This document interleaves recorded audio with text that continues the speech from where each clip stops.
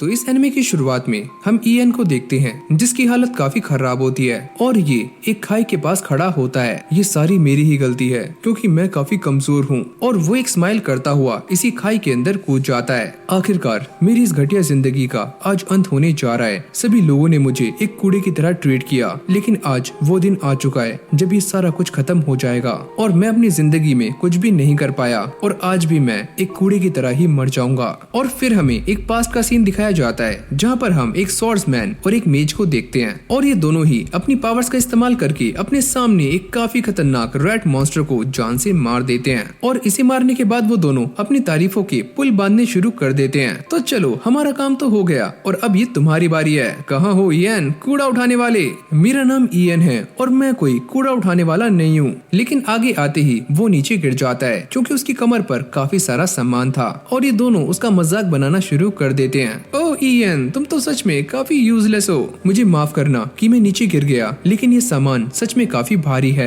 और इस बंदे का नाम होता है जॉइड और वो ये कहता है, अरे ईएन, जल्दी से इस चीज को अप्रेज करो। और ईएन बेचारा इन दोनों की बातों को मानता हुआ ये बताता है कि उसके पास जो स्किल है उसका नाम है अप्रेजल और इस स्किल को इस वर्ल्ड के अंदर काफी कमजोर माना जाता है। और वो ये बताता है कि जब इस वर्ल्ड के अंदर किसी बच्चे का जन्म होता है तो गॉडेस उसे अलग अलग तरह की जॉब्स देती हैं और यहाँ पर लोग अपने स्किल्स को अपग्रेड तो कर सकते हैं, लेकिन जो जॉब्स उन्हें जनरेशन से मिलती हुई आ रही होती है वो उन जॉब्स को चेंज नहीं कर सकते। और यहाँ पर जॉब्स को 3 कैटेगरीज में डिवाइड किया गया है, रेयर क्लास, हाई कॉमन और लो कॉमन। और ये तीसरी कैटेगरी वही है जिसके अंदर ईएन फॉल करता है और इसके अंदर वही लोग आते हैं जो कि लड़ नहीं सकते। और जब ईएन छोटा था तो उसने अपने माँ बाप को खो दिया था, तो इसलिए वो उनके ट्रेड को भी कैरी नहीं कर पाया और उसने एक नया रास्ता चूज कर लिया। और फिर हमारा सीन दोबारा से प्रेजेंट में आता है जहाँ पर ईएन इस चूहे के ऊपर अपनी अप्रेजल स्किल का इस्तेमाल कर रहा होता है और उसे ये पता चलता है कि इस चूहे के जो दांत हैं वो डी रैंक के हैं, यानी कि काफी महंगे बिकने वाले हैं। जिसके बाद ईएन इन दांतों को निकालने की कोशिश करता है, पर ये काम थोड़ा सा मुश्किल होता है, तो वो उन दोनों से हेल्प मांगता है। तुम्हें क्या लगता है कि हम ये घिनौना काम करेंगे? ये काम तुम खुद ही करो। और यहाँ तक कि वो उसके ऊपर पत्थर फेंक कर भी मारता है, लेकिन ये चीज ईएन को बर्दाश्त नहीं होती। अबे ओए, तू मेरी तरफ ऐसे क्यों देख रहा है? और ये बोलने के बाद जॉइड उसकी एक जोरदार लात मारकर उसे नीचे गिरा देता है। तुझे तो हमारा शुक्रिया अदा करना चाहिए क्योंकि हमने तेरी जान बचाई है, समझा? और ईएन बेचारा उनसे माफी मांगकर दोबारा से अपने काम पर लग जाता है और ना चाहकर भी उसे ये सारा काम करना पड़ता है और वो फाइनली इन दांतों को बाहर निकाल लेता है। और ये देखकर वो दोनों अब भी उसका मजाक बना रहे होते हैं। अरे वाह, क्या काम कर रहे हो, और वैसे भी ये काम तुम्हारे ऊपर काफी सूट करता है। और फिर ये सारे आगे बढ़ते हैं और ईएन ये सोचता है कि मैं काफी कमजोर हूँ और मेरे पास ये सारा कुछ करने के अलावा कोई और रास्ता नहीं है। और जैसे ये सारे आगे जाते हैं तो वहाँ पर उन्हें एक मॉन्स्टर की बॉडी दिखती है और जॉइड ये कहता है कि चलो ईएन, अपने काम पर लग जाओ। लेकिन गिल्ड की इन्फॉर्मेशन के हिसाब से ये बॉडी यहाँ पर नहीं होनी चाहिए थी। ये सुनते ही जॉइड को काफी गुस्सा आ जाता है और वो ईएन के एक जोरदार लात मारता है। तुम ये बातें हमें मत बताओ, अपने काम पर ध्यान दो। और ये लड़की जिसका नाम जॉलिन है वो भी ईएन को देखकर काफी खुश हो रही होती है। अगर इस बच्चे ने इसके अंदर से सारे मटेरियल्स बाहर निकाल लिए तो हमारे पास पैसा ही पैसा होगा और हम काफी मस्ती करेंगे। और ईएन भी अपने अप्रेजल का इस्तेमाल करके इस मॉन्स्टर के अंदर से काम की चीजों को बाहर निकाल लेता है। और जब इन्हें आगे जाने पर दोबारा से एक मॉन्स्टर की बॉडी दिखती है तो ईएन ये देखकर काफी शॉक्ड हो जाता है। मेरे ख्याल से यहाँ पर कोई ना कोई तो गड़बड़ है। लेकिन जॉइड उसके ऊपर गुस्सा करना शुरू कर देता है। अगर तुझे यहाँ पर कोई गड़बड़ लग रही है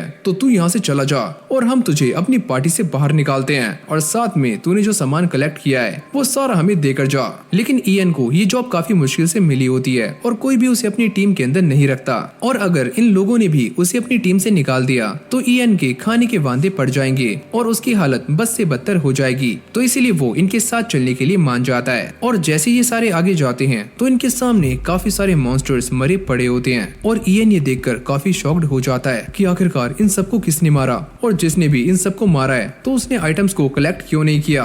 अबे ओए, तू अपना मुंह बंद रख। और जैसे ही सारे आगे देखते हैं तो इनके सामने काफी सारे मॉन्स्टर्स होते हैं जो कि इनके ऊपर अटैक करने के लिए एकदम तैयार होते हैं। और ये देखकर ईएन की फटनी शुरू हो जाती है और तभी जॉलिन कहती है, कि ये तो काफी सारे हैं, तो हम इन्हें कैसे हराएंगे। लेकिन तभी अचानक हम ये देखते हैं कि जॉलिन ईएन के ऊपर अपने पैरालाइज स्पेल का इस्तेमाल करती है और ईएन को पैरालाइज कर देती है, जिसके बाद ये दोनों यहाँ से भाग जाते हैं और ईएन उन्हें रोकने की काफी कोशिशें करता है, पर ये दोनों नाक की सीध में निकल जाते हैं और अब ये सारे के सारे मॉन्स्टर्स ईएन के ऊपर अटैक्स करना शुरू कर देते हैं और उसे पूरी तरह से इंजर्ड कर देते हैं। जिसके बाद ईएन एक पत्थर उठाकर उनके ऊपर हमला करता है और फटाक से अपना बैग खोलकर सारा का सारा खाने का सामान बाहर निकाल देता है और ये सारे मॉन्स्टर्स उस खाने के सामान को खाना शुरू कर देते हैं। और इसी मौके का फायदा उठाकर ईएन यहाँ से भागने की कोशिश करता है, लेकिन तभी अचानक वो ये नोटिस करता है कि जॉइड और जॉलिन ने सामने का रास्ता बंद कर दिया है और तभी उसे सामने एक और रास्ता दिखाई देता है और उसके पास अब कोई और चॉइस नहीं है, तो इसलिए वो वहाँ पर चला जाता है। पर आगे जाने पर वो ये देखता है कि सामने डेड एंड है और यहाँ से आगे जाने का रास्ता भी नहीं है। अगर मैं पीछे गया तो ये सारे के सारे मॉन्स्टर्स मुझे जान से मार देंगे, लेकिन आगे भी मेरी मौत है और ये सारा कुछ इसीलिए हो रहा है क्योंकि मैंने एक एडवेंचरर बनने की कोशिश की, जबकि मैं एक वर्थलेस अप्रेजर था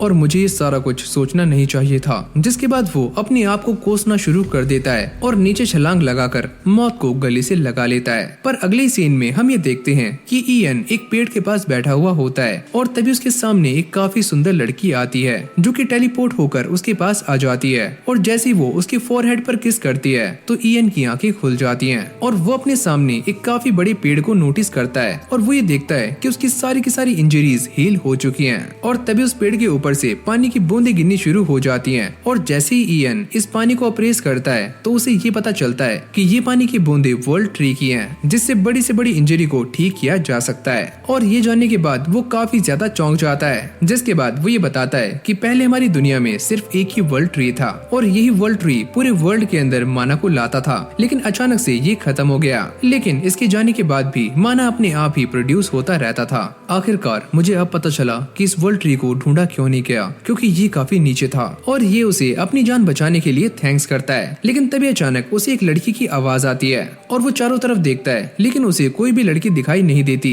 ये काफी शांत जगह है, तो यहाँ पर लड़की कैसे आ सकती है? और मुझे ऐसा नहीं लगता कि वो दोनों मुझे बचाने के लिए यहाँ पर कोई मदद भेजेंगे, तो मुझे यहाँ से बाहर निकलना होगा। जिसके बाद वो एक और नई जगह पर आ जाता है और वो ये सोचता है कि ये जगह तो मैप के अंदर भी नहीं थी और मेरे ख्याल से इसके बारे में तो शायद गिल्ड को भी पता नहीं होगा और इसके अंदर काफी खतरनाक मॉन्स्टर्स हो सकते हैं। और ये सोचने के बाद वो एक पत्थर को उठा लेता है, इसकी भैंस की टैंट, देखते हैं आगे क्या होगा। पर आगे जाने के बाद उसे कोई भी मॉन्स्टर दिखाई नहीं देता, जिसके बाद वो थोड़ा सा रिलैक्स हो जाता है। लेकिन तभी अचानक उसके ऊपर एक जोरदार अटैक होता है और उसका एक कान कट जाता है और जैसे वो अपने कान पर हाथ रखने की कोशिश करता है तो उसका हाथ भी कट जाता है। और ये सारा कुछ करने वाला एक काफी खतरनाक मॉन्स्टर होता है और जैसे ही ईएन उसके ऊपर अपनी स्किल का इस्तेमाल करता है तो उसे ये पता चलता है कि ये मॉन्स्टर एस रैंक का है। जिसके बाद ये मॉन्स्टर उसके ऊपर एक के बाद एक ताबड़तोड़ अटैक्स करता है और ईएन की हालत काफी गंदी कर देता है। मुझे ऐसा लगता है कि मैं यहाँ पर मारा जाऊंगा।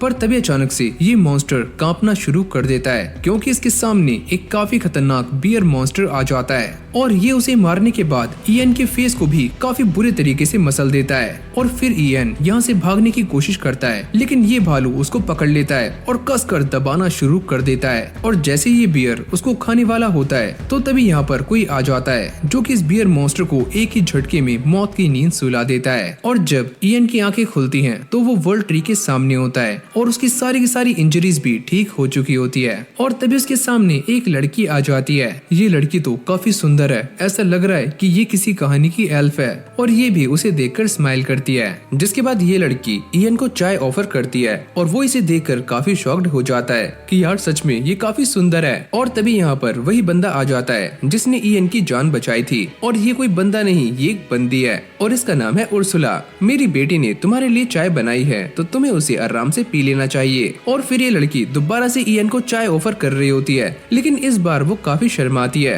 पर ये देखकर उर्सुला ईएन को पकड़ लेती है। अभी ओए क्या नखरे कर रहा है, चुपचाप पी लेना इसे। और वो ईएन को गरम गरम चाय पिला देती है और ईएन को ये चाय काफी पसंद आती है और वो इस लड़की को देखकर कहता है ये लड़की तो काफी सुंदर है, एक नंबर का माल है। अबे ओए अगर तूने मेरी बच्ची के बारे में कुछ गलत सोचा तो मैं तेरी चटनी बना दूंगी। जिसके बाद वो ये बताती है अबे ओए मैं तुझे बचाना नहीं चाहती थी, वो तो मुझे यूरी ने कहा इसलिए मैंने ऐसा किया। अरे नहीं नहीं, मैंने तो कुछ भी नहीं किया। और ये सुनने के बाद इयन काफी खुश होता है और वो यूरी को थैंक्स बोलता है। और ये सुनते ही वो दोबारा से शर्माना शुरू कर देती है। लेकिन तभी अचानक से उर्सुला उसके मुंह पर एक जोरदार लात मारती है और उसे पेलना शुरू कर देती है। तेरी हिम्मत कैसे हुई मेरी लड़की को ऐसे देखने की? अरे मॉम छोड़ दो इसे, ये मेरा नाम ले सकता है। जिसके बाद उर्सुला ये बताती है कि वो यूरी की मॉम होने के साथ साथ एक गार्डियन भी है। इस दुनिया में 11 वर्ल्ड ट्रीज हैं और हम गार्डियंस का ये काम होता है कि हम इन वर्ल्ड ट्रीज की रक्षा करें। और इयन को ऐसा लग रहा होता है कि यूरी एक लड़की है, लेकिन उर्सुला उसे बताती है कि यूरी ही असली में एक वर्ल्ड ट्री है, यानी कि ये वर्ल्ड ट्री की स्पिरिट है। और ये सुनने के बाद इयन काफी शॉक्ड हो जाता है। अच्छा तो इसीलिए तुम इतनी सुंदर हो। और ये सुनते ही उर्सुला उसे दोबारा से मानने लगती है।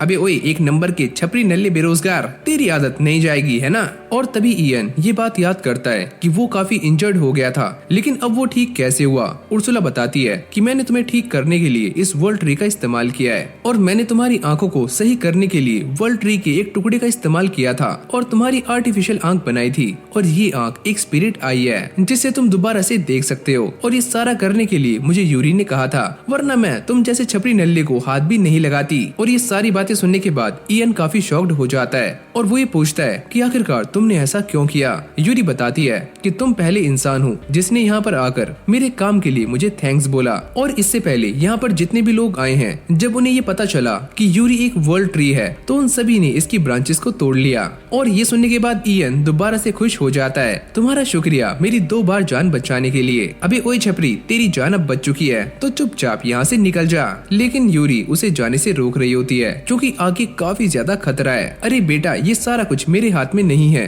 क्योंकि मैं तुमसे ज्यादा दूर नहीं जा सकती और यहाँ पर टेलीपोर्टेशन मैजिक भी काम नहीं करता। और ये सुनने के बाद यूरी काफी उदास हो जाती है। जिसके बाद उर्सुला भी इयन की हेल्प करने के लिए मान जाती है। अच्छा ठीक है, तो मैं तुम्हें ट्रेनिंग दूंगी और तुम्हें इतना स्ट्रॉन्ग बनाऊंगी कि तुम अकेले ही इस डंजन से बाहर निकल पाओगे। और ये सुनते ही इयन उन दोनों को गले से लगा लेता है। उर्सुला कहती है कि अब तुम्हें इस दुनिया की सबसे स्ट्रॉन्ग मेज ट्रेनिंग देने वाली है, लेकिन उससे पहले तुम्हें एक टेस्ट देना होगा। और फिर अगले सीन में ये दोनों प्रैक्टिस करने के लिए एक डंजन के अंदर आ जाते हैं और इस जगह पर इयन की काफी फट रही होती है और उर्सुला उसे सामने देखने के लिए कहती है, पर इस नल्ले को कुछ भी दिखाई नहीं देता। अबे ओए घनचक्कर, तुम्हारी लेफ्ट आई अब वर्ल्ड ट्री का एक पार्ट है, उसका इस्तेमाल करो। और ये सुनते ही इयन अपनी आई का इस्तेमाल करता है जिससे वो सामने सारा कुछ देख पा रहा होता है। उर्सुला कहती है कि चलो तुम्हारी ट्रेनिंग शुरू करते हैं। और यहाँ पर उर्सुला सामने एक मॉन्स्टर के ऊपर पत्थर फेंक कर उसे जगा देती है और ये कहती है कि तुम्हें इस मॉन्स्टर से बचना होगा और यही तुम्हारा पहला टेस्ट है। लेकिन ये सारा कुछ देखकर इयन की फट रही होती है। अबे ओए मैं इसे कैसे रोकूंगा, मेरे पास तो बस अप्रेजल की स्किल है,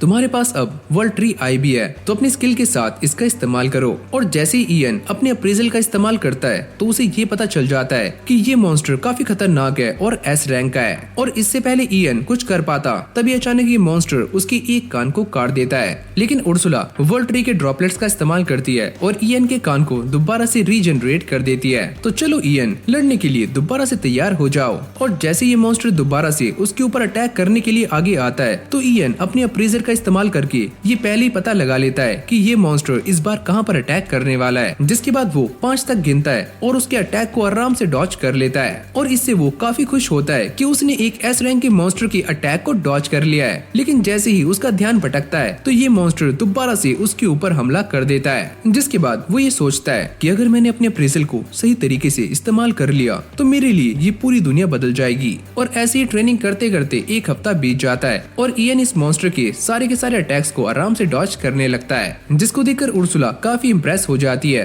तुम यहाँ पर पास होते हो, लेकिन अब बारी है दूसरे राउंड की। जिसके बाद वो इयन को इस मॉन्स्टर के साथ लड़ने के लिए कहती है, पर उसकी फटने लगती है। लेकिन मुझे लड़ना नहीं आता। अबे तेरे पास ये वर्ल्ड ट्री की आई है, उसका इस्तेमाल कर। और वो इयन को लड़ने के लिए वर्ल्ड ट्री की ब्रांच से बनी हुई एक स्वॉर्ड भी दे देती है। मेरी बेटी को काफी दर्द हुआ था इस ब्रांच को तोड़ने में, तो तुम्हें इसे संभाल कर रखना है। अच्छा ठीक है, मैं इसे संभाल कर रखूंगा और टूटने नहीं दूंगा। जिसके बाद इयन उससे लड़ने के लिए मैदान में आ जाता है और जैसे ही वो उसके ऊपर अटैक करता है तो ये मॉन्स्टर उसके अटैक से बच जाता है। मुझे इसे मारने के लिए काफी स्पीड से अटैक करना होगा। लेकिन जैसे ये दोबारा से उसके ऊपर अटैक करता है तो ये मॉन्स्टर दोबारा से उससे बच जाता है। और ये देखकर उर्सुला उसे कहती है कि तुम अपनी स्पिरिट आई का इस्तेमाल करो। और इयन भी समझ जाता है कि आखिरकार उसे क्या करना है। जिसके बाद वो अपनी आई का इस्तेमाल करके सुपर अप्रेजल को ऑन कर देता है, जिससे इस मॉन्स्टर की स्पीड काफी कम हो जाती है। और इसी मौके का फायदा उठाकर ईएन उसके ऊपर एक जोरदार अटैक करता है और एक ही अटैक से उसे जमीन में घुसा देता है। अरे वाह, मैंने इसे हरा दिया, देखा उर्सुला मेरी ताकत। अभी ओए तेरे सामने इतने सारे मॉन्स्टर्स हैं, पहले इनको तो मार। दूसरी तरफ यूरी भी उसकी चिंता कर रही होती है, लेकिन फिर हम ईएन को देखते हैं जिसने इन सारे के सारे मॉन्स्टर्स को काफी आराम से मौत के घाट उतार दिया होता है। अब उर्सुला उसे अपनी स्पिरिट आई का इस्तेमाल करके इन सारे के सारे मॉन्स्टर्स की एबिलिटीज को अपने अंदर कॉपी करने के लिए कहती है। क्या मैं ऐसा कर सकता हूँ? तुम्हारे पास अब वर्ल्ड ट्री की स्पिरिट आई है तो तुम इससे काफी कुछ कर सकते हो। और ये सुनने के बाद वो अपनी पावर्स का इस्तेमाल करता है जिससे वो इस मॉन्स्टर की एक्सप्लोरेशन स्पीड को अपना बना लेता है। और ये एबिलिटी काफी कमाल की होती है जिससे ईएन हवा की तेजी से भाग रहा होता है, लेकिन उसकी मसल्स ये सारा कुछ हैंडल नहीं कर पाती और वो टूटने लगती हैं। जिसके बाद ईएन नीचे गिर जाता है और उर्सुला उसके ऊपर उन्हीं ड्रॉपलेट्स का इस्तेमाल करती है और उसे दोबारा से हील कर देती है। तुम्हारी मसल्स अभी पूरे तरीके से स्ट्रॉन्ग नहीं है तो तुम्हें उन्हें बार बार तोड़कर दोबारा से स्ट्रॉन्ग बनाना होगा। और ईएन भी ऐसा ही करता है और वो लाखों किलोमीटर दौड़ता है जिससे उसकी मसल्स एकदम फिट एंड फाइन हो जाती है। मुझे ऐसा लगता है कि अब मैं उस मोटे भद्दे भालू को हराने के लिए एकदम तैयार हूँ, लेकिन उर्सुला उसे ऐसा करने से मना करती है और उसे अपनी पावर से जला देती है। अबे ओए 2 फुट की कम से कम बता तो देती। अबे ओए बच्चों, इस मैजिक को डिस्कार्ड इंचांटेशन कहते हैं जिसका बैटलफील्ड में काफी इस्तेमाल होता है और इसमें तुम अपने माइंड से ही मैजिक को कंट्रोल कर सकते हो। और वो ईएन को इसे अप्रेस करने के लिए कहती है, लेकिन जैसे ही ईएन इसे अप्रेस करता है तो उसकी बॉडी इसे हैंडल नहीं कर पाती।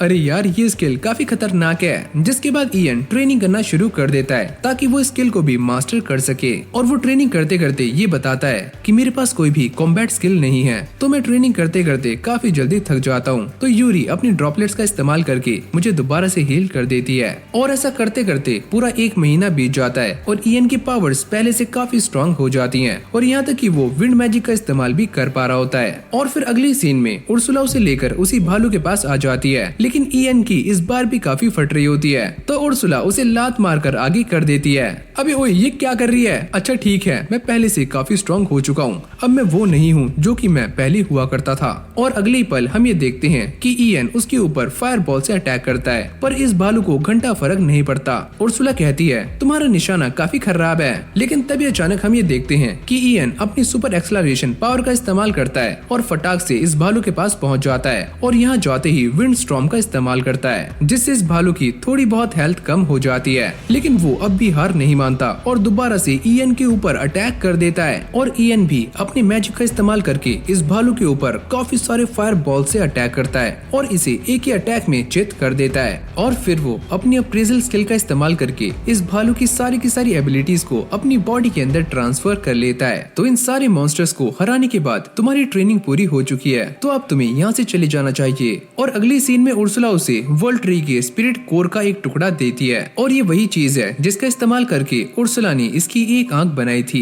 लेकिन ईएन इसे लेने से मना करता है और उर्सुला उसे डांटती है कि चुपचाप इसे ले लो। और जैसी वो अपनी आंखें बंद करता है तो उर्सुला इससे उसकी दूसरी आंख भी बना देती है। और ये सारा कुछ हो जाने के बाद ईएन को कुछ भी फर्क महसूस नहीं होता और तभी अचानक वो ये नोटिस करता है कि यूरी उसके आसपास नहीं है और वो पूछता है कि यूरी तुम कहाँ पर हो? और तभी उसकी आंख ग्लो करना शुरू कर देती है और यूरी उसके सामने आ जाती है। अबे ओए, तुम कहाँ से आई? जिसके बाद उर्सुला उसे समझाती है कि तुम्हारे अंदर वर्ल्ड ट्री का कोर आ चुका है, यानी कि अब तुम्हारी आंखों के अंदर पूरा का पूरा वर्ल्ड ट्री है। और ये सारा कुछ सुनकर यूरी काफी खुश होती है। मैं तुम्हारे काफी काम आऊंगी और तुम्हें हर बार हील भी कर दूंगी। क्यों भाई उर्सुला, कोई टेंशन वेंशन तो नहीं है, मैं इसे लेकर जा रहा हूँ। और तभी वो उसके मुंह पर एक जोरदार लात मारती है। जब से यूरी पैदा हुई है तभी से वो अकेली है और उसने कभी भी बाहर की दुनिया नहीं देखी, लेकिन मैं जानती हूँ कि तुम्हारा दिल साफ है और तुम इसे अपनी आंखों से पूरी दुनिया दिखा सकते हो। तो ठीक है, मुझे परमिशन दो कि मैं तुम्हारी बेटी का ध्यान रख सकूं। और फिर वो ईएन को अपना हाथ आगे करने के लिए कहती है और जैसे वो अपना हाथ आगे करता है तो वो उसके हाथ में इनफाइनाइट स्टोरेज की स्किल डाल देती है जिसका इस्तेमाल करके वो अनलिमिटेड फिजिकल ऑब्जेक्ट्स को इसके अंदर डाल सकता है। और साथ में ये उसे एक स्पिरिट स्वॉर्ड भी देती है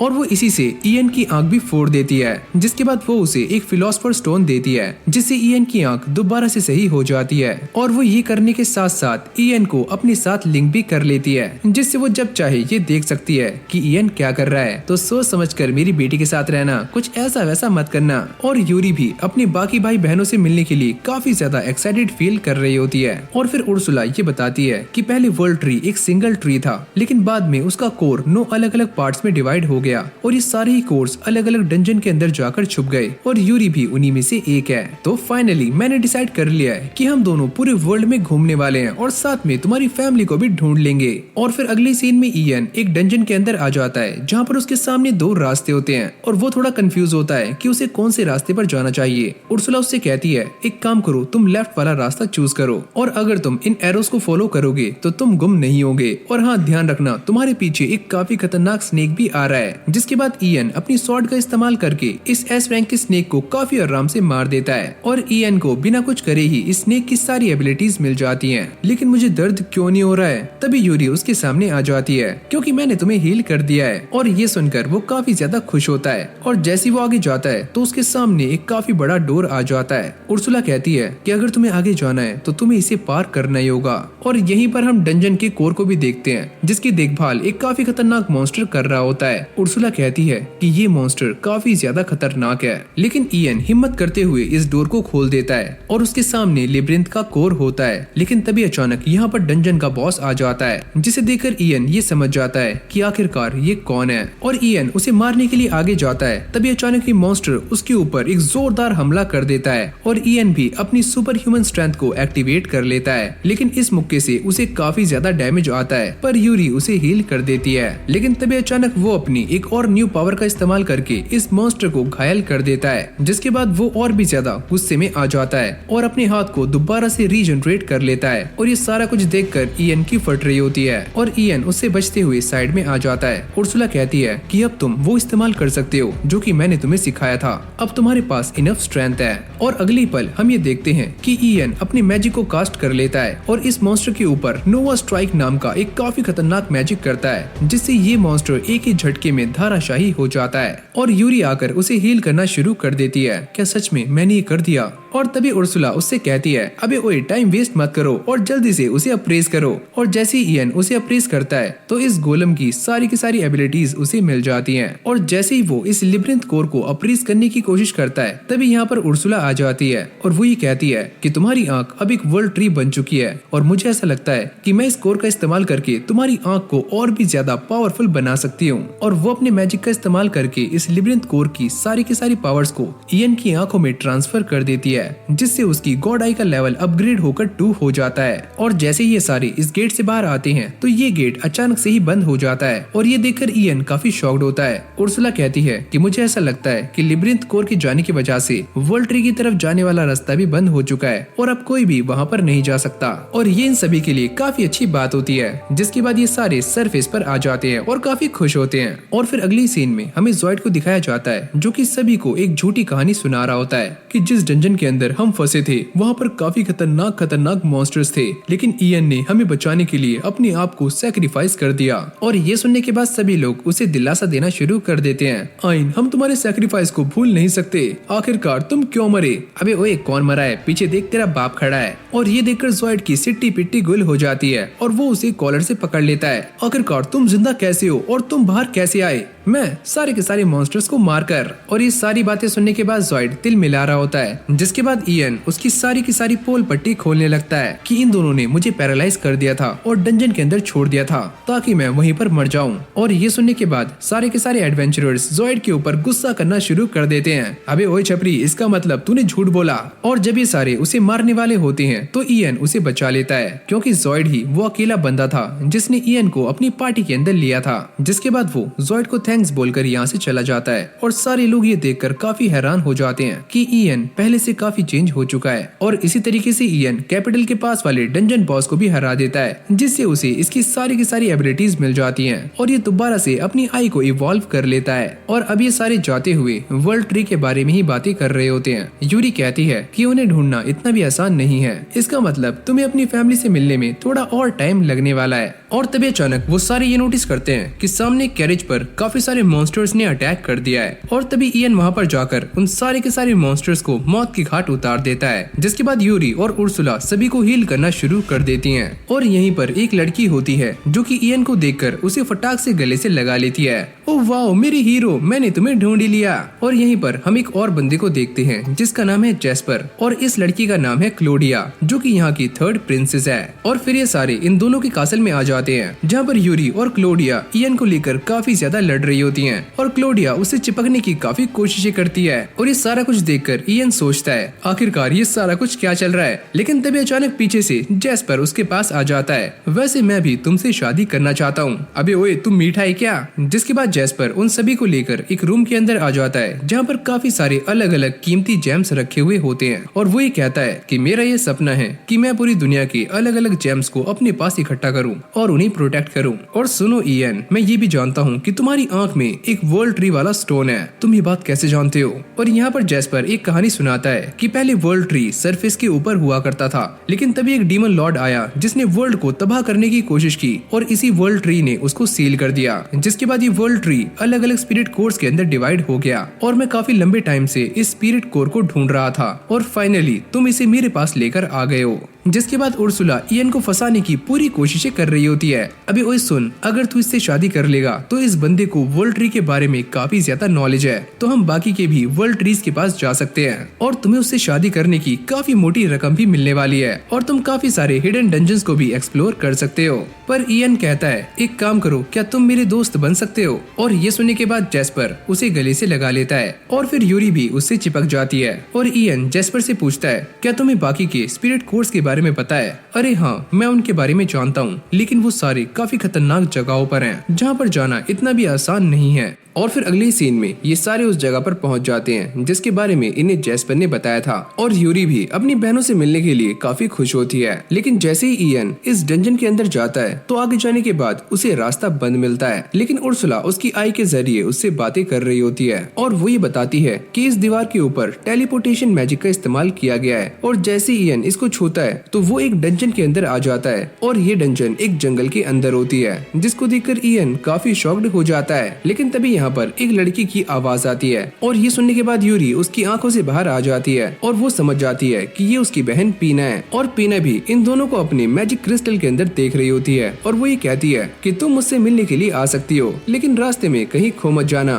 तुम्हारी बहन तुमसे मिलने के लिए इतनी दूर तक आई है, क्या तुम हमें टेलीपोर्ट नहीं कर सकती? नहीं, मैं ऐसा नहीं कर सकती, तुम्हें मुझसे मिलने के लिए पैदल ही आना होगा। और वही बताती है कि इस डंजन को उसी ने बनाया है और यहाँ पर काफी सारे ट्रैप्स हैं, तो इन्हें उससे बचना है। वैसे मेरी डंजन काफी ज्यादा स्ट्रॉन्ग है, तो तुम मुझ तक नहीं पहुँच सकते। लेकिन इयन इसकी सारी बातों को इग्नोर करता हुआ आगे बढ़ता है और जैसे उसका पैर एक ट्रैप के ऊपर पड़ने वाला होता है तो उर्सुला उसे बचा लेती है और इयन इस ट्रैप से बच जाता है। और ये देखकर पीना काफी खुश हो जाती है, क्योंकि वो ये बात नहीं जानती कि इयन को उर्सुला गाइड कर रही है। जिसके बाद इयन उर्सुला के सारे इंस्ट्रक्शंस को फॉलो करते हुए पीना के सारे ट्रैप से बच जाता है और ये देखकर उसका माथा सनक रहा होता है। और फिर यूरी इयन को बताती है कि पीना को सारी चीजों को एंटरटेनिंग बनाने में काफी मजा आता है। तुम्हें ये सारी चीजें एंटरटेनिंग लग रही है, इसमें किसी की भी जान जा सकती है। और जैसे इयन आगे बढ़ता है तो उसके सामने काफी सारे एस रैंक मॉन्स्टर्स आ रहे होते हैं, लेकिन इयन की एबिलिटीज के आगे वो सारे टिक नहीं पाते और इयन उन सभी को काटता हुआ आगे बढ़ने लगता है। ये देखकर पीना काफी शॉक्ड हो जाती है कि इयन इन सारे मॉन्स्टर्स की एबिलिटीज को अपना बना रहा है। और यहीं से हमारा सीन चेंज हो जाता है और फिर हम जॉइड को देखते हैं, जो कि जॉलिन से मिलने के लिए उसके पास आता है और सारे के सारे एडवेंचरर्स उससे बात करने में थोड़ा मुंह बना रहे होते हैं और यहाँ तक कि जॉलिन भी उससे बातें नहीं करती। और तभी दो एडवेंचरर्स उसके सामने आ जाते हैं। अबे ओए, तू इतना पागल कैसे हो सकता है कि तूने इयन के ऊपर एक स्पेल कास्ट करके उसे पैरालाइज कर दिया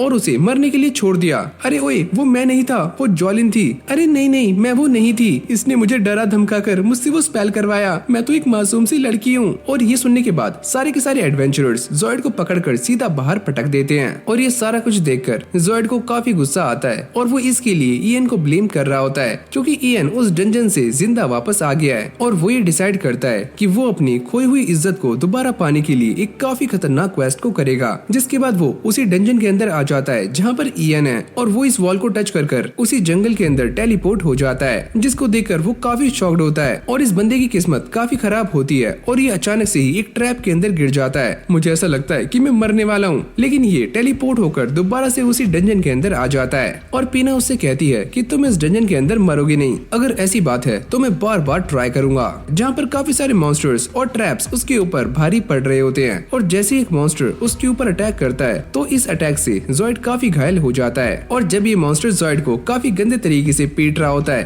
तभी इयन आकर इसको बचा लेता है और ये देखकर ज़ॉइड की काफी ज्यादा फट जाती है और उसे इस बात पर यकीन नहीं होता कि इयन ने इस काफी बड़े मॉन्स्टर को इतनी आसानी से मार दिया है। जिसके बाद इयन अपनी मैजिक का इस्तेमाल करके ज़ॉइड को हील कर देता है और उसके माथे पर अपनी उंगली लगाकर पीना से कहता है कि तुम इसे बाहर टेलीपोर्ट कर दो। जिसके बाद वो इस डंजन के बॉस मॉन्स्टर से लड़ने के लिए आगे बढ़ता है और जैसे ही वो इस गेट को क्रॉस करता है तो सारी की सारी जमीन हिलना शुरू कर देती है और इयन हवा में उड़ जाता है और तभी अचानक वो ये नोटिस करता है कि उसके सामने एक काफी खतरनाक टर्टल जैसा बॉस मॉन्स्टर होता है जिसको देखकर इयन की फट जाती है क्योंकि ये साइज में काफी बड़ा होता है और उर्सुला इयन से कहती है कि तुम्हें इसके ऊपर जल्दी अटैक करना होगा और वो इसके ऊपर फायर बॉल से अटैक करता है पर इस मॉन्स्टर को घंटा फर्क नहीं पड़ता। जिसके बाद ये मॉन्स्टर इयन के ऊपर एक काफी खतरनाक हमला करता है लेकिन इयन इसको रिफ्लेक्ट कर देता है लेकिन इससे भी इस मॉन्स्टर को एक भी खरोंच नहीं आती। मैं जो भी हमले इसके ऊपर कर रहा हूँ उसका इसके ऊपर कोई भी फर्क नहीं पड़ रहा है और तभी इयन ये नोटिस करता है कि उसने इस मॉन्स्टर के ऊपर जो भी हमले किए होते हैं उसका इम्पैक्ट आसपास के जंगल को हो रहा होता है और तभी अचानक ये मॉन्स्टर इयन को अपने पैरों के नीचे कुचल देता है पर इयन को कुछ भी नहीं होता।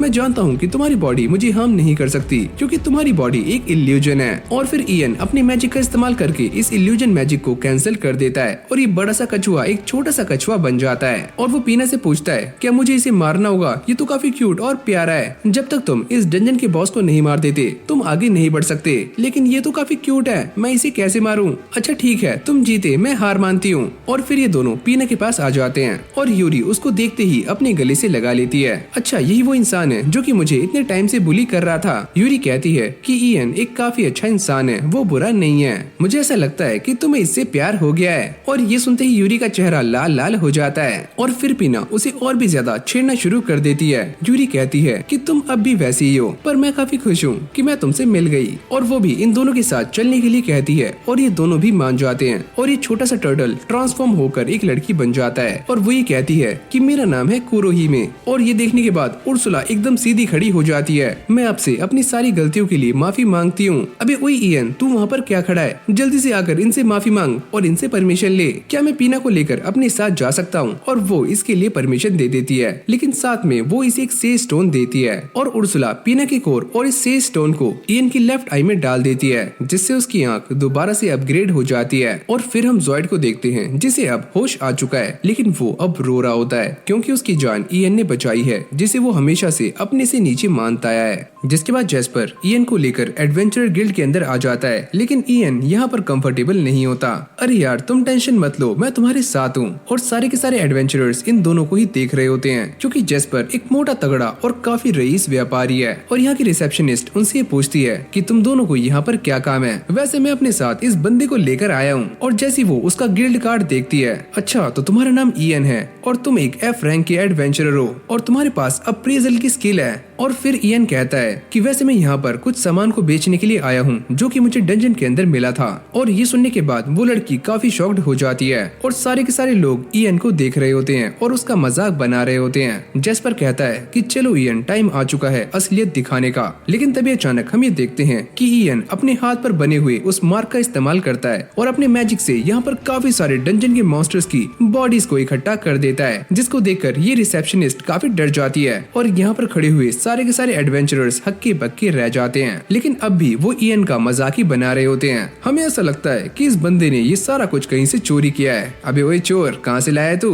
और ये सुनकर उसका मुंह लटक जाता है और इसलिए उसे एडवेंचरर गिल्ड के अंदर आना पसंद नहीं है। और तभी यहाँ पर इस गिल्ड की मास्टर आ जाती है जिसका नाम है मीगन। किसी को भी उसकी रैंक के हिसाब से जज नहीं करना चाहिए। और वो इयन के पास आकर ये कहती है, वैसे तुम्हारी आंखें काफी कीमती हैं। और फिर रिसेप्शनिस्ट एक टूल का इस्तेमाल करके ये पता लगाती है कि ये सारी की सारी बॉडीज एकदम रियल है। और ये सुनने के बाद सारे के सारे एडवेंचरर्स काफी चौंक जाते हैं और ये देखकर मीगन उसकी तारीफें करना शुरू कर देती है और इयन को ये काफी पसंद भी आता है। वैसे मुझे ताकतवर लोग काफी पसंद हैं और तुम मेरे गिल्ड के अंदर हो, ये मेरे लिए काफी अच्छी बात है और मुझे यहाँ से चलना चाहिए, लेकिन हम दोबारा जरूर मिलेंगे। और जैसे जैस्पर इन सभी को ये बताता है कि इयन ने हिडन डंजन को भी पार किया है और वहाँ से इसे काफी सारी चीजें मिली हैं, तो ये सुनने के बाद सारे के सारे एडवेंचरर्स काफी शॉक्ड शॉक्ड होने के साथ साथ इयन की तरफ दौड़ना शुरू कर देते हैं। मालिक, आप तो काफी ग्रेट हो। और जब इयन रात की चांदनी में आराम से बैठकर नहा रहा होता है तभी यूरी उसके पास आ जाती है। तुम यहाँ पर क्या कर रहे हो? और ये देखकर उसकी फट जाती है। अबे ओए,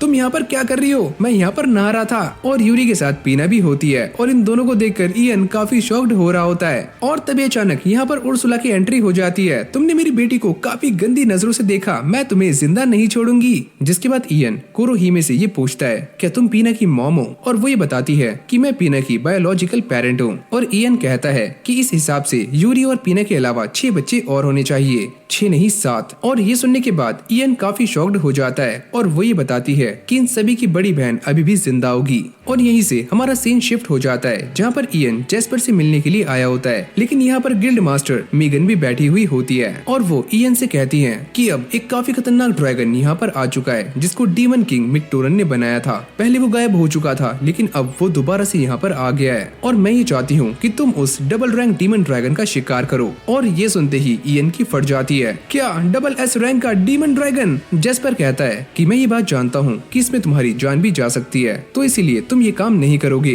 पर इयन मान जाता है, मैं ये काम करने के लिए रेडी हूँ। और फिर अगले सीन में हम ये देखते हैं कि इयन उर्सुला की हेल्प से उसी डेजर्ट के अंदर पहुंच जाता है जहाँ पर उस ड्रैगन की लोकेशन है। और उर्सुला ने इसे उस ड्रैगन के बारे में सारा कुछ पहले ही बता दिया है। जिसके बाद इयन अपनी मैजिक का इस्तेमाल करता है जिससे जमीन में एक काफी बड़ा गड्ढा हो जाता है और तभी अचानक ये ड्रैगन जमीन से बाहर आ जाता है। मुझे नींद से उठाने की हिम्मत किसने की? और फिर हमें इस एंशिएंट ड्रैगन यानी कि बेहेमोथ के बारे में बताया जाता है कि ये काफी लंबे समय से जिंदा है और इसने काफी सारी लड़ाइयाँ भी लड़ी हैं, लेकिन आज तक इसे कोई ऐसा नहीं मिला जो कि इसकी टक्कर का हो और ये एक बार भी हारा नहीं है। तुम्हारी इतनी हिम्मत कि तुम मुझे हराने के लिए मेरे सामने खड़े हो। वैसे तुम्हारा नाम क्या है? मेरा नाम है इयन और मैं तुम्हें हराने के लिए यहाँ पर आया हूँ। और ये सुनने के बाद वो बेहेमोथ हंसना शुरू कर देता है, लेकिन इयन उसके डीमन किंग की बेइज्जती कर देता है। तुम्हारी इतनी हिम्मत कैसे हुई कि तुम डीमन किंग की बेइज्जती कर रहे हो? जिसके बाद वो काफी गुस्से में आ जाता है और इयन के ऊपर एक के बाद एक ताबड़तोड़ अटैक्स करना शुरू कर देता है। लेकिन इयन इन सारे अटैक से बचता हुआ उसके पास तक पहुंच जाता है और अपनी स्वॉर्ड से उसका एक हाथ उड़ा देता है। जिसके बाद ये बेहेमोथ जमीन के अंदर चला जाता है और वहाँ पर तैरना शुरू कर देता है और उसे इस बात पर यकीन होता है कि अगले अटैक में वो इयन को आराम से खत्म कर देगा। और तभी अचानक वो जमीन से बाहर निकलता है और एक ही झटके में इयन को कच्चा निगल जाता है। पर तभी अचानक हम ये देखते हैं कि अंदर से काफी खतरनाक रोशनी बाहर निकलती है और इस बेहेमोथ के टुकड़े टुकड़े हो जाते हैं। और जब वो मरने की आखिरी कगार पर होता है वो इयन से पूछता है, अरे वो इंसान, तुमने ये क्या किया और कैसे किया? मैंने इस बात का पहले ही पता लगा लिया था कि तुम्हारी बॉडी बाहर से एनर्जी और पावर्स को कंज्यूम करती है, इसलिए मैंने तुम्हारे मुंह के अंदर जाकर एक काफी खतरनाक अटैक किया जिसे तुम झेल नहीं पाए। मैं समझ गया कि आखिरकार मेरी हार कैसे हुई। और वैसे भी मैंने यहाँ पर आने से पहले इल्यूजन मैजिक का इस्तेमाल किया था जिससे तुम्हारा कोई भी अटैक मेरे ऊपर नहीं लगा और मैंने जानबूझकर तुम्हें गुस्सा दिलाया। तो इसका मतलब तो ये है कि तुम्हारे यहाँ पर आने से पहले ही ये तय था कि मेरी मौत आज पक्की है। और ये बोलते ही वो अचानक से ही वैनिश हो जाता है और इयन अपनी लेफ्ट आई का इस्तेमाल करके उसकी सारी की सारी एबिलिटीज को अपना बना लेता है। और फिर अगले सीन में हम ये देखते हैं कि इयन प्रिंसेस क्लोडिया से मिलने के लिए उसके पास आया हुआ होता है। मुझे माफ करना कि मैं तुम्हारी दूसरी बीवी होने के बावजूद भी तुमसे जल्दी जल्दी नहीं मिल सकती। अरे क्या हम दोनों की अभी शादी नहीं हुई है और तुम मेरी बीवी नहीं हो, समझी? और तभी अचानक यहाँ पर किंग की एंट्री हो जाती है जिसको देखकर इयन काफी शॉक्ड हो जाता है, लेकिन ये दोनों लड़कियां अब भी उससे चिपक रही होती हैं। वैसे इयन, तुम्हारा शुक्रिया कि तुमने उस एंशिएंट ड्रैगन को आराम से हरा दिया और तुमने मेरी बेटी की भी जान बचाई थी, उसके लिए भी मैं तुम्हारा शुक्रगुजार हूँ। वैसे अगर आपको शुक्रिया अदा करना है तो आपको यूरी का करना चाहिए क्योंकि उसके बिना मैं कुछ भी नहीं कर पाता। अच्छा ठीक है, शुक्रिया यूरी। और वो जाते हुए इयन को एक घड़ी देता है जिसके ऊपर रॉयल सिंबल बना हुआ होता है और इस घड़ी की हेल्प से इयन इस देश के अंदर बिना किसी पासपोर्ट और वीजा के और यहाँ तक कि बिना आधार कार्ड के भी कहीं भी जा सकता है। और अब पूरे के पूरे एम्पायर में इसी बात की चर्चा हो रही होती है कि इयन ने उस काफी खतरनाक एंशिएंट बेहेमोथ को हरा दिया है। और ये सुनने के बाद ज़ॉइड काफी गुस्सा हो जाता है। कुछ टाइम पहले मैं उससे काफी स्ट्रॉन्ग था, लेकिन अब चारों तरफ उसी की ही चर्चा हो रही है। उसे काफी कमजोर होना चाहिए था, बिल्कुल वैसे ही जैसे वो पहले था, यानी कि एक कूड़ा उठाने वाला। और तभी उसके सामने एक लड़की आ जाती है। वैसे अगर तुम चाहो तो मैं तुम्हें काफी स्ट्रॉन्ग बना सकती हूँ और मेरा नाम है एकिडना। और फिर ईएन एक सपना देखता है जहाँ पर उसे वो सारी बातें याद आती हैं कि जॉयड उसे किस तरह से परेशान किया करता था और ईएन भी उसकी सारी बातों को हंसकर टाल देता था। और जॉयड ने ईएन को हमेशा ही इस बात का ताना मारा है कि ईएन एक वर्थलेस अप्रेजर है और वो अपनी लाइफ में कुछ भी नहीं कर सकता। और ये सारी बातें सुनकर ईएन को काफी गुस्सा आ रहा होता है और तभी अचानक वो ये नोटिस करता है कि सामने कुछ मॉन्स्टर्स एक बंदे की लाश को खा रहे होते हैं। और जैसे ईएन वहाँ जाकर देखता है तो ये बंदा कोई और नहीं बल्कि ईएन खुद होता है, लेकिन उसके नेगेटिव थॉट्स उसे बार बार डिमोटिवेट कर रहे होते हैं। तुम्हारे पास ये जो ताकत है वो तुम्हारी नहीं है, तुम तो बस उस स्पिरिट आई की मदद से काफी स्ट्रॉन्ग बने हो और तुम अब भी एक कचरा उठाने वाले हो, तो इससे ऊपर मत सोचो। और तभी उसकी आंखें खुल जाती हैं और वो ये नोटिस करता है कि उर्सुला भी यहीं पर बैठी होती है। आखिर मैं यहाँ पर कैसे आया? और वो ये बताती है कि जब तुम किंग से मिलकर जा रहे थे तो तुम अचानक से बेहोश हो गए और मैं तुम्हें लेकर यहाँ पर आ गई। वैसे यूरी कहाँ पर है? तुम उसके बारे में चिंता मत करो, वो पीने के साथ वॉक पर गई हुई है। जिसके बाद ईएन अपने बुरे सपने के बारे में बताना शुरू करता है और वो ये कहता है कि मैं काफी लकी हूँ कि मैं तुम सबसे मिला, वरना मैं उस दिन उन मॉन्स्टर्स का खाना बन जाता। लेकिन आज भी मैं अंदर से वही हूँ, एक कचरा उठाने वाला। शायद जॉयड मेरे बारे में सही था। और फिर हमें टाउन का सीन दिखाया जाता है जहाँ पर एकिडना जॉयड से बातें कर रही होती है और वो उसे बताती है, क्या तुमने कभी स्पिरिट आई के बारे में सुना है? ये वही है जिससे वो बेकार सा प्रेजर इतना स्ट्रॉन्ग बन पाया। अच्छा, तो ये वही चीज है जिससे वो नाली का कीड़ा इतना स्ट्रॉन्ग बन गया। तभी मैं सोचूं कि वो रातों रात ऐसे कैसे बदल सकता है। और फिर एकिडना उसे एक स्पिरिट आई ऑफर करती है और जॉयड बिना सोचे समझे उसके लिए हाँ बोल देता है। जिसके बाद वो इस आई को जॉयड की बॉडी में लगा देती है और वो ट्रांसफॉर्म होना शुरू हो जाता है। और अब वो देखने में एक काफी खतरनाक मॉन्स्टर लग रहा होता है, लेकिन अब भी उसका दिमाग उसके कंट्रोल में था। चलो काम पर लग जाओ। और ये सुनते ही जॉयड टाउन के ऊपर ऊंची ऊंची छलांगे लगाना शुरू कर देता है। अरे वाह, ये ताकत तो काफी कमाल की है। और तभी अचानक वो जॉलिन के साथ एक बंदे को नोटिस करता है और वहाँ पर जाते ही उस बंदे का सर खा जाता है। और ये देखकर जॉलिन की टांगे कांपना शुरू कर देती है, लेकिन वो जॉयड की आवाज सुनकर ये पहचान जाती है कि ये बंदा जॉयड ही है और वो उसके सामने अपनी जान की भीख मांगने लगती है। लेकिन ये बंदा पटाख से ही जॉलिन का सर भी खा जाता है और पूरे टाउन में तबाही मचाना शुरू कर देता है। और जब सारे लोग इस टाउन से इधर उधर भाग रहे होते हैं तभी यूरी की नजर एक लड़की पे जाती है जो कि काफी घायल होता है, तो वो उसके पास जाकर उसे हील कर देती है और साथ में यहाँ से जाने के लिए भी कहती है। जिसके बाद वो ये नोटिस करती है कि इस जगह पर काफी सारे लोग हैं जो कि घायल हैं और वो ये फैसला करती है कि वो यहाँ से भागने की बजाय इन सभी की हेल्प करेगी। और यहाँ पर एकिडना अब भी जॉयड से बातें कर रही होती है और वो ये कहती है, तुम ये सारा काम बंद करो और सबसे पहले तुम्हें स्पिरिट्स को मारना चाहिए। अगर वो मर गई तो ईएन अपनी पावर्स का इस्तेमाल नहीं कर पाएगा। और ये सुनते ही वो पटाख से यूरी के पीछे आ जाता है और जैसे वो उसे मारने वाला होता है तभी अचानक पीना अपने बैरियर का इस्तेमाल करती है और उसके पंच को रोक लेती है और वो इस बैरियर को तोड़ने के लिए काफी सारे मुक्के मार रहा होता है। और तभी एकिडना ये बताती है कि तुम्हें स्पिरिट्स की पावर को कैंसिल करने के लिए एंटी स्पिरिट आर्ट का इस्तेमाल करना चाहिए। और ये सुनते ही वो एंटी स्पिरिट आर्ट का इस्तेमाल करता है और अचानक से ही इस बैरियर को पूरी तरह से तोड़ देता है। और उससे बचने के लिए पीना दोबारा से अपने बैरियर का इस्तेमाल करती है, लेकिन इस बार वो काफी आराम से इसको तोड़ देता है। और जॉयड को अपनी तरफ आते हुए देख पीना काफी डर रही होती है। और जैसे ही जॉयड यूरी को पकड़कर उसे मारने ही वाला होता है तभी अचानक यहाँ पर ईएन की एंट्री हो जाती है और वो आते ही यूरी को छुड़ा लेता है। जिसके बाद ये सारे उसकी आंख में चले जाते हैं और ईएन अपने अप्रेजर का इस्तेमाल करके ये पता लगाता है कि आखिरकार ये मॉन्स्टर कितना स्ट्रॉन्ग है, पर उसे इसके बारे में कोई भी इन्फॉर्मेशन नहीं मिलती। और तभी अचानक हम ये देखते हैं कि जॉयड ईएन के ऊपर अटैक्स करना शुरू कर देता है और इन दोनों के बीच में फाइट शुरू हो जाती है। और इससे बचने के लिए ईएन एक बैरियर बनाता है, लेकिन जॉयड इस बैरियर को काफी आराम से तोड़ देता है। और एकिडना भी इस पूरी फाइट को देख रही होती है। इस तरह का मैजिक मेरे एंटी स्पिरिट आर्ट के सामने कुछ भी नहीं है। और यहाँ पर ईएन थोड़ा घायल हो जाता है और तभी जॉयड उससे कहता है, अबे वही कचरा उठाने वाली ईएन, तुम मेरे सामने अब कुछ भी नहीं हो। और ये सुनने के बाद ईएन समझ जाता है कि ये बंदा जॉयड है। ओह, तो चलो आखिरकार तुमने मुझे पहचान ही लिया। और वैसे मुझे भी तुम्हारी तरह ही एक स्पिरिट आई मिल चुकी है जिससे मैं इतना स्ट्रॉन्ग बन पाया हूँ। और ये बोलते ही वो ईएन के ऊपर एक के बाद एक अटैक्स करना शुरू कर देता है, लेकिन ईएन जवाबी कार्रवाई नहीं करता। वो बस इसके अटैक से बच रहा होता है क्योंकि वो जानता है कि ये मॉन्स्टर एक इंसान है। तुम चाहे मुझसे कितना भी बच लो, लेकिन वो देखो जिन्होंने मेरा मजाक बनाया था, आज उनकी हालत क्या हो चुकी है। और इस तरफ ईएन के नेगेटिव थॉट्स उसे परेशान कर रहे होते हैं। जब लोग तुम्हें कचरा उठाने वाला कहते थे तो तुम भी उनसे बदला लेना चाहते थे, तो तुम भी बिल्कुल इसी की तरह हो। जिसके बाद यूरी और उर्सुला ईएन के सामने आ जाती हैं और वो उसे समझाना शुरू कर देती हैं। उर्सुला कहती है कि इस बंदे का दिल काफी साफ है और ये कभी भी अपने ऊपर बुराई को हावी होने नहीं देगा।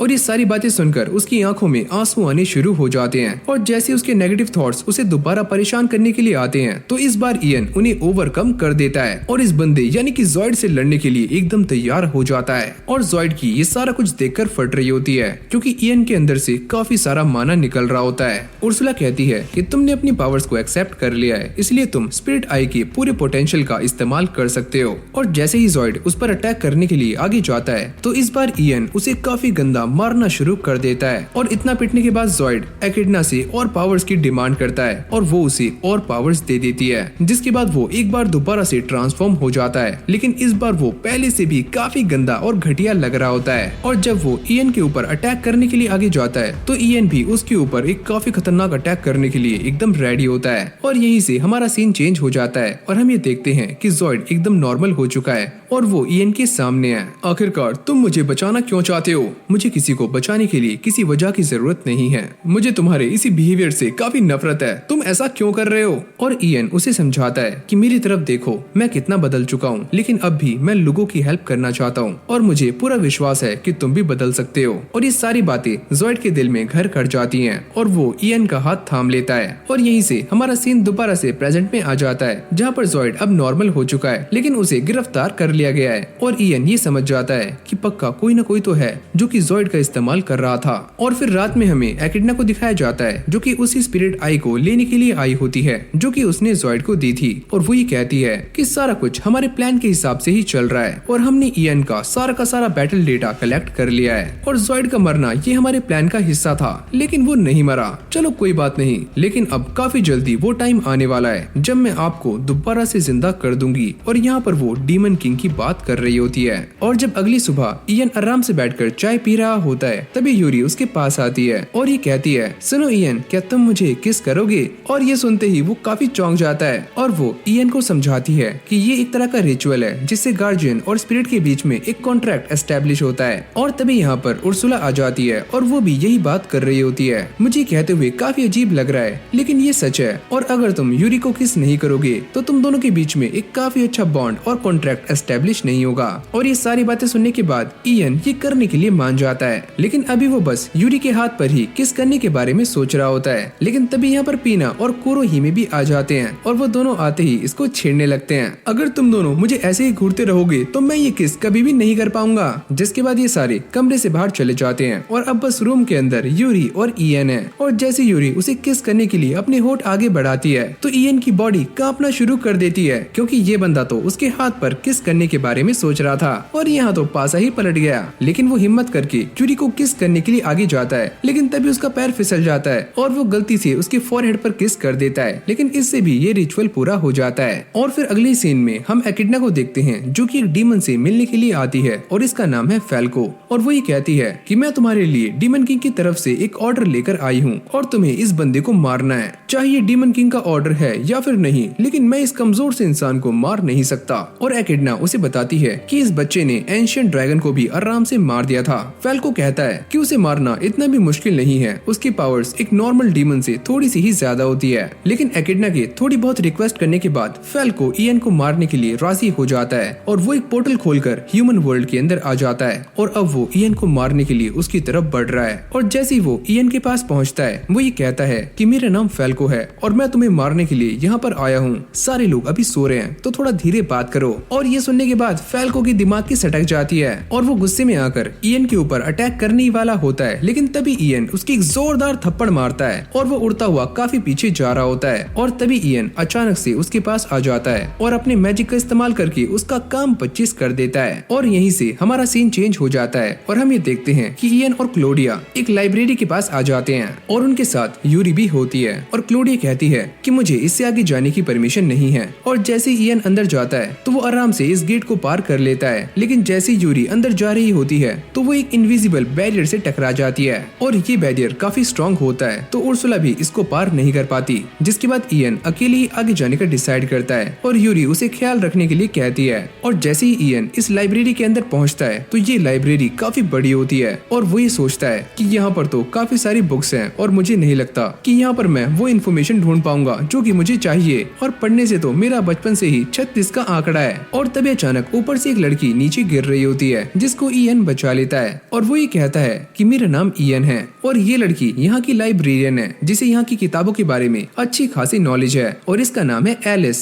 और वो ये पूछती है कि आखिरकार तुम यहाँ पर क्या करने के लिए आए हो। वैसे मैं यहाँ पर हिडन डंजन के बारे में पता करने के लिए आया था ताकि मैं अपनी दोस्त को उसकी फैमिली से मिला सकूं। और ये सुनने के बाद एलिस उसे एक बुक देती है और ये कहती है कि हिडन डंजन के बारे में इस बुक के अंदर तुम्हें सारी की सारी इन्फॉर्मेशन मिल जाएगी। लेकिन ईएन इस बात से काफी शॉक्ड हो जाता है जब एलिस उससे यूरी के बारे में पता करती है। और फिर अगले सीन में ईएन उसी जगह पर पहुंच जाता है जहाँ पर इस किताब के हिसाब से वो हिडन डंजन होनी चाहिए, पर वो यहाँ पर नहीं होती। इसका मतलब मुझे दोबारा से जाकर एलिस से बात करनी होगी। और एलिस भी अपने मैजिक का इस्तेमाल करके इन सभी की बातें सुन रही होती है। और फिर हमें पता चलता है कि एलिस भी एक स्पिरिट है। और तभी उसकी मॉम यानी कि अकाने यहाँ पर आ जाती है। तुमने ईएन को वो सही किताब क्यों नहीं दी? क्या तुम यूरी से मिलना नहीं चाहती? मुझे बाहर जाने से काफी डर लगता है क्योंकि वहाँ पर इंसान है जिन्होंने हमारी बड़ी बहन एकिडना को जान से मार दिया था। और इन दोनों की ऐसे ही बातें चलती रहती हैं। और तभी यहाँ पर ईएन भी आ जाता है और वो अकाने को देखकर ये कहता है कि शायद से तुम इसकी गार्जियन हो। और वो कहती है कि हाँ, मेरा नाम है अकाने। और जब ईएन उससे पूछता है क्या तुम यूरी से मिलना चाहती हो, पर अकाने उसको रोकते हुए ये कहती है कि ऐसा होना पॉसिबल नहीं है क्योंकि ये जगह कासल के अंदर नहीं है, ये एक हिडन डंजन के अंदर है जो कि एक गेट से कासल के साथ कनेक्टेड है। और अकाने ये बताती है कि इन दोनों में से ही यानी कि यूरी और एलिस में से कोई भी इस डोर को पार नहीं कर सकता और अगर ऐसा होगा तो ये डोर ब्रेक हो जाएगा। और वो ये कहती है कि अगर तुम ऐसा करना चाहते हो तो तुम्हें उस हिडन डंजन के अंदर पहुंचना होगा जो कि इस लाइब्रेरी से कनेक्टेड है। और ईएन एलिस से बातें करने की कोशिश करता है पर वो इसकी बातों का कोई भी जवाब नहीं देती। और ईएन कहता है कि मैं तुम्हारी बातें समझता हूँ, पहले मैं भी बाहर जाने से काफी डरता था लेकिन मुझे कुछ ऐसे लोग मिले जिनके मिलने से मैं काफी स्ट्रांग बन गया और अगर तुम भी आगे बढ़ना चाहती हो तो मैं तुम्हारा साथ देने के लिए एकदम तैयार हूँ। और ये सुनकर वो चौंक जाती है और ये सारी कहानी सुनाने के बाद ईएन यहाँ से जाने लगता है। और उसके जाने के बाद ये दोनों उसी के बारे में बातें कर रहे होते हैं। और तभी एलिस को ये रियलाइज होता है कि वो ईएन से प्यार करने लगी है। और जब ईएन दोबारा से उसके पास उसी बुक का पता करने के लिए आता है तो वो अपनी सारी हिम्मत जुटाकर ईएन से कहती है कि मैं तुम्हारे साथ चलने के लिए एकदम तैयार हूँ, मुझे बाहर की दुनिया में लेकर चलो। जिसके बाद एलिस उसे अपना स्पिरिट कोर दे देती है और अकाने भी अपना एक क्लोन उनके साथ भेज देती है। और यहाँ पर ईएन रास्ते में आने वाली सारे के सारे मॉन्स्टर्स को लपेटता हुआ एलिस को लेकर यूरी और बाकी सभी के पास पहुँच जाता है। और तभी अचानक यूरी ईएन को गले से लगा लेती है और ये देखकर एलिस थोड़ा सा अनकंफर्टेबल फील कर रही होती है। और तभी ये बात पीना भी नोटिस कर लेती है और वो जल्दी से जाकर ईएन से चिपक जाती है और उसको बार बार आई लव यू बोल रही होती है। और वही कहती है कि देखो ये जगह भी खाली है। और जैसे यूरी वहाँ पर जाने वाली होती है तभी एलिस आकर ईएन से चिपक जाती है। देख रहे हो भाई, इस बंदे की किस्मत कितनी अच्छी है, कितनी सारी लड़कियाँ इसके पीछे पागल हैं और एक ये बंदा है जो कि किसी को भी भाव नहीं देता। और फिर अगली सीन में हम ये देखते हैं कि ये सारी की सारी लड़कियां ईएन को घेर लेती हैं और उससे एक ही सवाल करती हैं, क्या वो एलिस को पसंद करता है। लेकिन ईएन इन सभी से परेशान होकर यहाँ से भागने की कोशिश करता है पर ये लड़कियां उसको पकड़ लेती हैं। और उर्सुला कहती है कि तुम इस बच्चे को ऐसे परेशान मत करो। और ये सुनने के बाद सारी लड़कियां मान जाती हैं पर ईएन की नजर किसी और चीज पर जा रही होती है और वो है इन सभी लड़कियों की हॉटनेस पर। और तभी पीना उसकी गोद में आकर बैठ जाती है और उसको छेड़ना शुरू कर देती है। क्यों लग रही हूँ ना मैं एक नंबर की हार्ट, इसकी भैंस की टैट, कहाँ फंस गया मैं। और तभी अकाने उसे अपना सेज स्टोन देती है और ये कहती है कि मैं हर जगह पर टेलीपोर्ट नहीं कर सकती तो तुम इसके जरिए मेरी पावर्स का इस्तेमाल कर सकते हो। और उर्सुला अपनी पावर्स का इस्तेमाल करके इस सेज स्टोन को ईएन की आंखों में डाल देती है। अब एलिस ईएन के पास जाने की कोशिश करती है पर तभी अचानक उसका पैर फिसल जाता है और वो ईएन के ऊपर गिर जाती है जिससे उसकी चड्डी नीचे हो जाती है। और ये देखकर यूरी काफी शॉक्ड हो जाती है, अभी यार ये क्या है, छोटा हाथी। और यहीं से हमारा सीन चेंज हो जाता है और फिर हम जैस्पर और मीगन को देखते हैं जो कि ईएन से मिलने के लिए आए हुए होते हैं। और जैस्पर कहता है कि किंग ने तुम्हें एक और मिशन दिया है और तुम्हें सारे के सारे डीमंस को जान से मारना है। और ईएन इसके लिए हाँ भी कर देता है पर तभी यहाँ पर उर्सुला आ जाती है और वो ये कहती है कि तुम शायद भूल रहे हो, हमारा भी एक मिशन है और हमें उस पर ध्यान देना है। लेकिन ईएन उसको समझा लेता है और सारी की सारी लड़कियां भी ईएन के साथ होती हैं। जिसके बाद हमें एक टेरिटरी का सीन दिखाया जाता है जहाँ पर काफी सारे लोग आगे बढ़ रहे होते हैं और यहाँ पर एक छोटी सी बच्ची भी होती होती है जो कि अपने डैड से ये कहती है कि डैड मुझे भूख लगी है, हमें बस थोड़ी आगे और जाना है और फिर तुम्हें ढेर सारा खाना मिल जाएगा। और ये सुनने के बाद वो खुश हो जाती है और ये पूछती है क्या ये जगह वैसी ही है जहाँ पर हमारी मॉम गई है, एकदम हेवन की तरह। और ये सुनते ही उसके डैड का मुंह लटक जाता है और तभी अचानक हम ये देखते हैं कि ये सारे के सारे लोग अचानक से ही अपना सर झुकाने लगते हैं। चलो बेटी तुम भी अपना सर झुका लो क्योंकि हमारे सामने लॉर्ड हाइड्रा आ चुके हैं। और यहाँ पर लॉर्ड हाइड्रा कोई और नहीं बल्कि एक डीमन होता है। और यहाँ पर एक आदमी इस बच्ची के पिता को बलि देने के लिए कहता है और वो अपनी बच्ची को आगे भेज रहे होते हैं। और ये बच्ची भी काफी खुश होती है क्योंकि ये काफी नादान है और उसे नहीं पता कि उसके साथ क्या होने वाला है। बेटा मुझे माफ करना कि मैं तुम्हारे साथ हेवन में नहीं जा सकता। और ये सुनने के बाद वो बच्ची रोना शुरू कर देती है। और जैसे ये बच्ची भागकर लॉर्ड हाइड्रा के पास जाती है तो ये बंदा उसको पकड़ लेता है। प्लीज मेरी बच्ची को छोड़ दो, तुम चाहो तो मुझे मार सकते हो। वैसे हमारे बीच में एक डील हुई थी कि तुम हर महीने मुझे एक बच्ची यानी कि लड़की ला कर दोगे और मैं तुम्हारे गांव को प्रोटेक्ट करूंगा। लेकिन आज तुमने ये कॉन्ट्रैक्ट तोड़ दिया है तो तुम सारे मरने के लिए तैयार हो जाओ। और ये बोलते ही वो सभी के ऊपर पॉइजन से अटैक कर देता है और इस बच्ची को छोड़कर सारे के सारे लोग तड़पना शुरू कर देते हैं। और जैसे ही हाइड्रा इस बच्ची को खाने वाला होता है तभी एन मौके पर यहाँ पर ईएन आ जाता है और वो इसे बचा लेता है। और यूरी भी सभी लोगों को एक साथ हील कर देती है। जिसके बाद ईएन अपनी स्वॉर्ड निकालकर लॉर्ड हाइड्रा के ऊपर एक जोरदार अटैक करता है और उसे एक ही अटैक में मौत की नींद सुला देता है। और ये सारा कुछ देखकर सभी लोगों की फट जाती है और वो समझ जाते हैं कि ईएन वही बंदा है जिसने एंशिएंट ड्रैगन को हराया था। और अब ये सारे लोग काफी खुश हो रहे होते हैं। तभी ईएन उनसे पूछता है कि मैं यहाँ के लॉर्ड से मिलना चाहता हूँ। और तभी इन सब के मुंह लटक जाते हैं, अगर तुम यहाँ पर ना ही आते तो अच्छा होता। और अभी छोटी सी बच्ची ईएन को थैंक्स बोलकर सभी के साथ यहाँ से निकल जाती है। जिसके बाद ईएन यहाँ के लॉर्ड से मिलने के लिए आ जाता है जिसका नाम है नीगन। और वो उससे यहाँ के डीमंस के बारे में पता करता है। लेकिन ये सुनने के बाद ये बंदा काफी चौंक जाता है, क्या डीमंस? वो तो यहाँ पर है ही नहीं।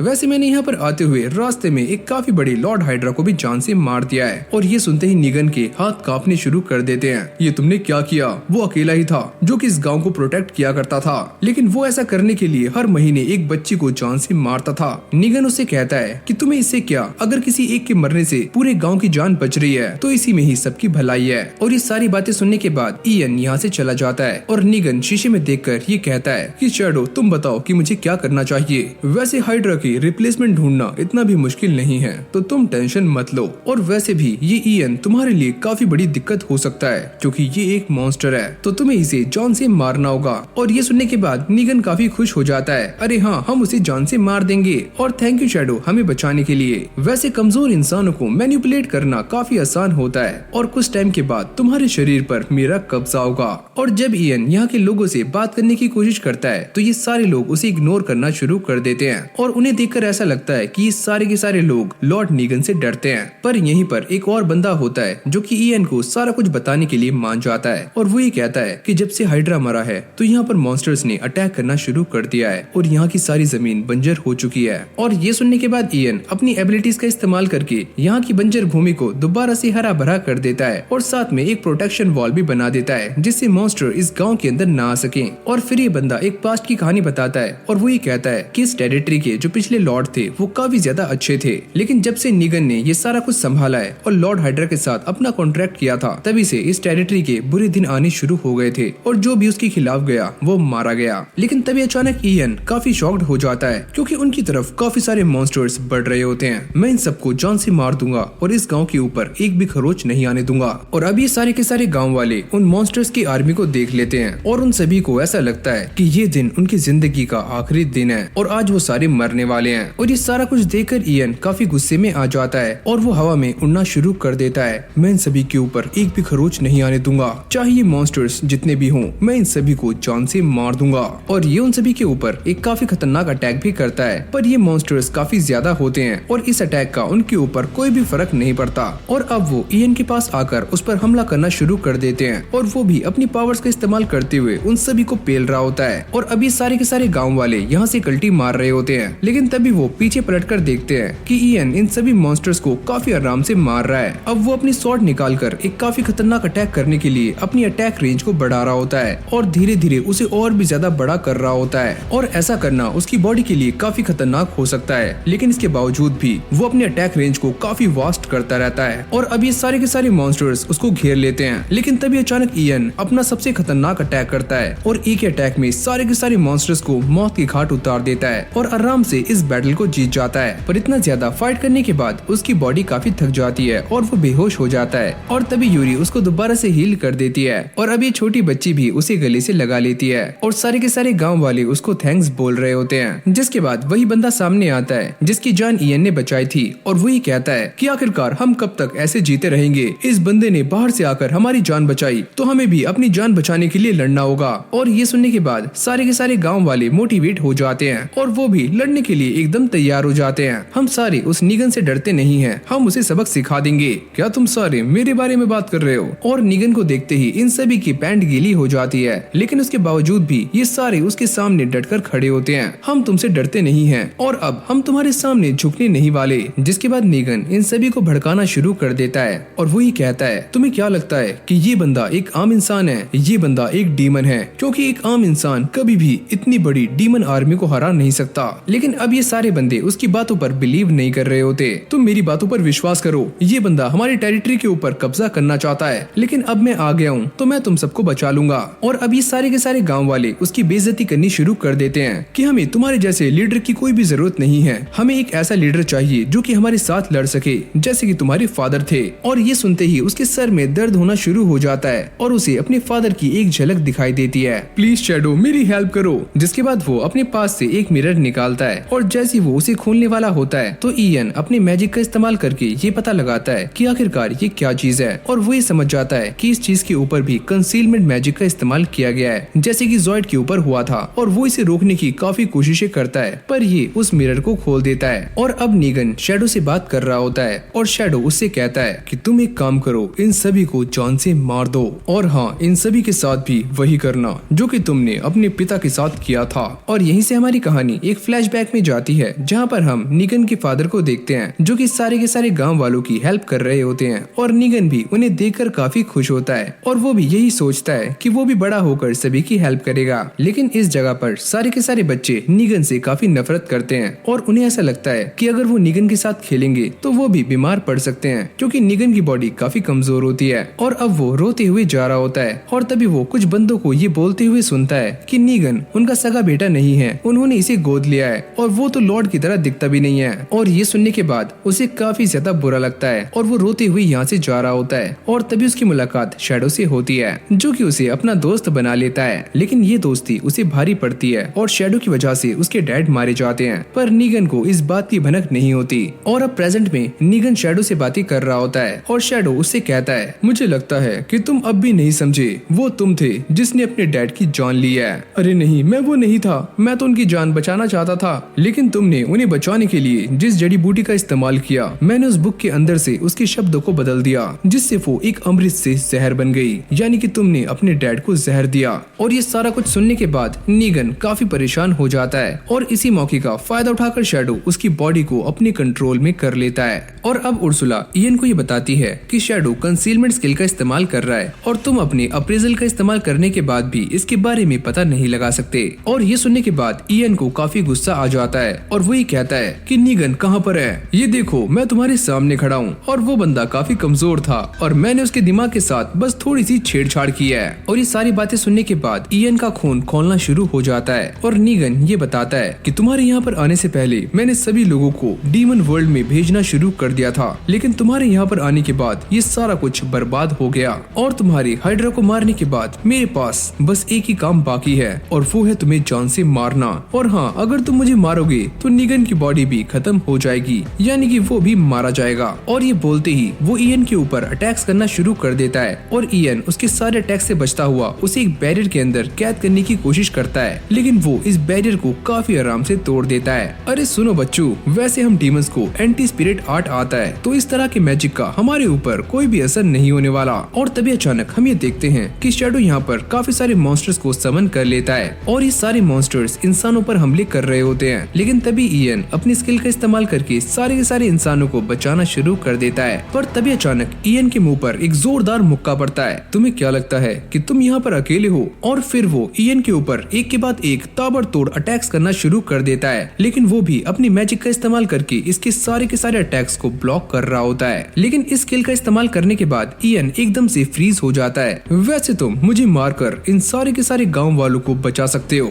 लेकिन मैं जानता हूँ कि मुझे मारने के बाद नीगन भी मर जाएगा और तुम ऐसा नहीं करोगे। और ये बोलते ही वो दोबारा से ईएन के ऊपर अटैक्स करना शुरू कर देता है और ये अटैक काफी खतरनाक होते हैं और ईएन भी इन अटैक्स को ब्लॉक नहीं करता, जिससे उसे काफी चोटें आ जाती हैं और वो आगे बढ़कर इस बंदे का कॉलर पकड़ लेता है। मैं तुम्हारे साथ साथ पूरे गांव को भी बचा लूंगा और मैं इसीलिए लड़ रहा हूँ। और वो पटाख से इसके सर पर एक जोरदार हेडबट मारता है, जिससे नीगन बेहोश हो जाता है और अब वो एक अलग ही दुनिया में आ जाता है। और ईएन उसे उठाने की काफी कोशिशें करता है कि तुम्हें इस जगह को प्रोटेक्ट करना होगा, जैसे कि तुम्हारे फादर किया करते थे। और ये सारी आवाजें उसे अंदर सुनाई दे रही होती हैं, जिसके बाद उसे अपने पास्ट की बातें याद आनी शुरू हो जाती हैं कि किस तरह से गांव वाले उसके डैड की रिस्पेक्ट किया करते थे और वो भी सभी गांव वालों की स्माइल को प्रोटेक्ट करना चाहता था। और ये सारी बातें याद करने के बाद वो रोना शुरू कर देता है। और जैसे शैडो दोबारा से ईएन के ऊपर अटैक करने के लिए आगे जा रहा होता है, तभी अचानक वो रुक जाता है, क्योंकि नीगन ने काफी हद तक अपनी बॉडी को दोबारा से कंट्रोल में कर लिया होता है। तुम्हारा शुक्रिया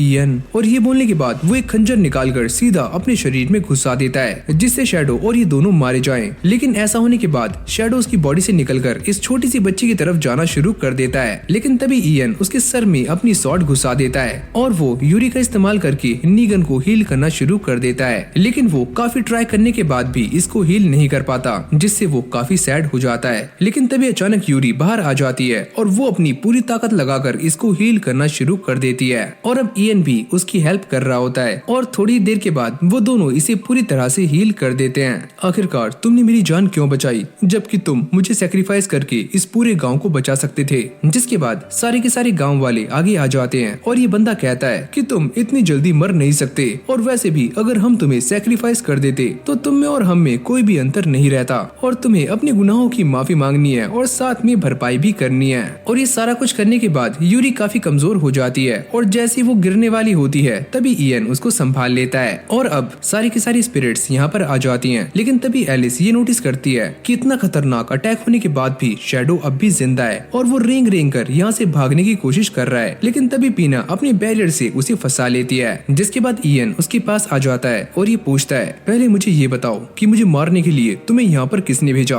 अरे हाँ, मैं तुम्हें सारा कुछ बता दूंगा, लेकिन प्लीज मुझसे वादा करो कि तुम मुझे जान से नहीं मारोगे। अच्छा ठीक है, हम तुम्हें जान से नहीं मारेंगे, अब बताओ। और जैसे ही शैडो उस बंदे का नाम रिवील करने वाला होता है तभी अचानक वो फटकर मर जाता है। उर्सुला कहती है कि जरूर किसी ने इसके ऊपर स्पेल किया होगा कि अगर ये इन्फॉर्मेशन लीक करता है तो ये फटकर मर जाएगा। और अब ईएन यहाँ से जा रहा होता है और ये सारे के सारे गांव वाले और खासकर नीगन भी उसे यहाँ पर रुकने के लिए कहते हैं कि प्लीज तुम यहाँ पर रुक जाओ और यहाँ के लॉर्ड बन जाओ। जिसके बाद ईएन ये सारी बातें जाकर किंग को बता देता है और अगले सीन में हमें जैस्पर को दिखाया जाता है जो कि ईएन को ये समझा रहा होता है कि देख भाई, तू यहाँ का लॉर्ड बन जा। अगर तू ऐसा कर लेता है तो तू काफी सारी हिडन डंजन्स को एक्सप्लोर कर सकता है। अच्छा ठीक है, मैं इसके बारे में सोचूंगा। जिसके बाद वो किंग के सामने यहाँ के लॉर्ड बनने की रिक्वेस्ट को एक्सेप्ट कर लेता है और तभी क्लोडिया उसके ऊपर कूद जाती है, यानी कि अब हमारी शादी पक्की हुई। और अब यूरी भी ईएन को पकड़ लेती है और ये सारा कुछ देखकर एलिस को बिल्कुल भी अच्छा नहीं लग रहा होता।